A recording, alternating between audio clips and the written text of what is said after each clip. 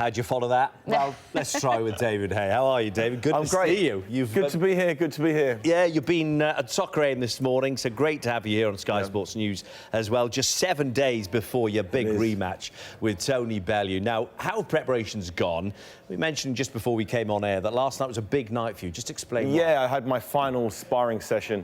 In the past, it's the dreaded final spar. You know, everyone was praying before the spar that I'd get through the spar in one piece, no injuries, no niggles, no worries, and I did. I was able to go and hit the bag and really push my lungs, really push all my energy stores out of my system and sort of empty the tank. I'll be doing that over the weekend, and then again on Monday's the last hard session, and then I go to Liverpool for a press conference, and then it's the taper down phase, which is my favourite part, where you can start relaxing and doing more shorter, sharper sessions. But I'm in good shape, I'm feeling good, so much better than I did prior to our first fight.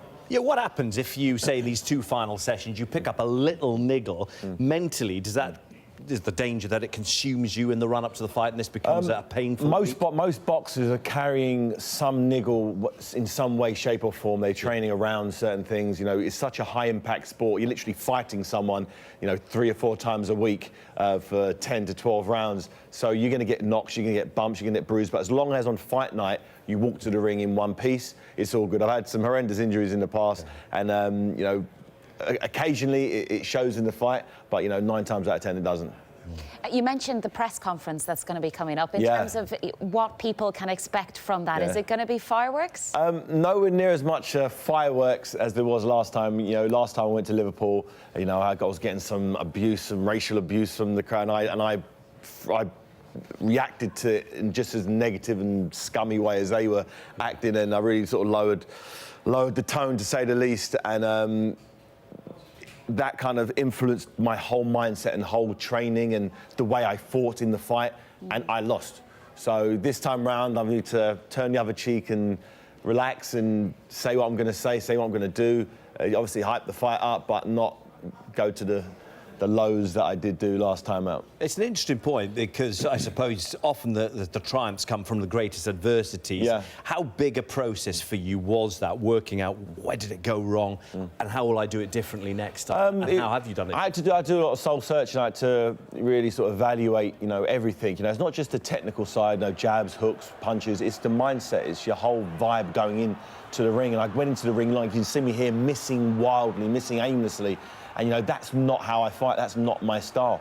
You know, whether it was Tony Bellew being very good defensively or me being horrible or a mixture of both, it wasn't how I like to fight. And this time around, you'll be seeing the real me. It looks like a weak imitation of me. It looks like someone pretending to be David Haye there, missing with my style. Well, you think you were too angry going into I was way too angry. I had way too much hostility towards Tony Bellew. You know, we're having a boxing match. You know, whether I hate him or love him, the performance should be the same. You know, so like a 100-metre sprinter, you know, hating the final line or loving the line, you run as fast as you can, and that's the point, is to get to the final line. So I need to just have a lot more tunnel vision and more focus and have a lot more of a positive vibe. Last one was too angry, too negative, and as they say, negativity breeds negativity, and it was a hell of a negative night for me.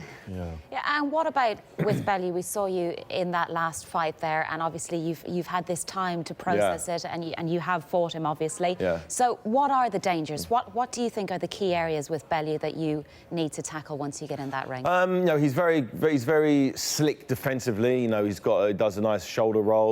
He's got quite good feet. He's not a massive puncher. He's not a big puncher, but you know, he punches hard enough to get your attention.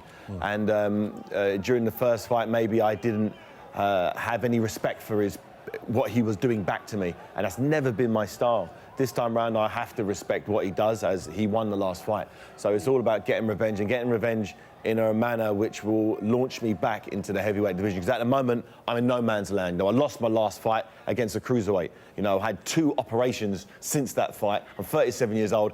Things are looking pretty bleak. But in a week's time, next Saturday, you'll see, you know, something very special. I've been working so hard behind the scenes. I've got a new coach, Ismail Salas, my old strength and conditioning coach, Ruben Tabarez, who trained me for the Nikolai Valio fight and all my heavyweight title fights. He's back on the team, you know, getting me into tip-top shape.